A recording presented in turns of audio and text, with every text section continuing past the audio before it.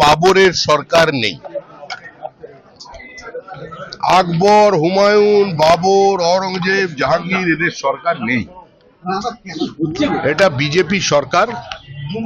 আইনের শাসন এখানে প্রতিষ্ঠা হয়েছে। শাসকের আইন আজকে নেই। রাজ্য সরকার তৎপরতার সঙ্গে যে কোনো ধরনের বিচ্যুতিকে অ্যাড্রেস করছে এবং যে কোনো ধরনের অসামাজিক কার্যকলাপকে বন্ধ করার চেষ্টা করছে। গুন্ডা দমনের জন্য সরকার আইন নিয়ে এসেছে। প্রত্যেক জায়গায় জুলুমবাজি বন্ধ করবার জন্য রাজ্য প্রশাসন, রাজ্য পুলিশ তৎপর আছে। আপনারাও সাংবাদিক হিসেবে আপনাদের কাছেও আমাদের আবেদন দলের পক্ষ থেকে, যে ধরনের বিচ্যুতি বা নিরপরাধ অসহায় মানুষের উপরে যখনই কোনো আক্রমণ হবে আপনারা খবর পাবেন। আপনারা সাংবাদিক, আপনারা তো সংবাদ পরিবেশন করবেন, কিন্তু আপনারাও প্রশাসনকে জানাবেন, পুলিশকে জানাবেন, ব্যবস্থা ভূমিকাটা কিভাবে দেখছেন?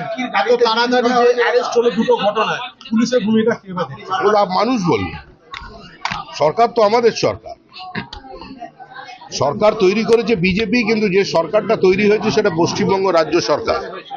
50 বছর যে সরকারের প্রশাসনিক সংস্কৃতির সঙ্গে মানুষ পরিচিত ছিল, এখন সেটা বদলে গিয়েছে।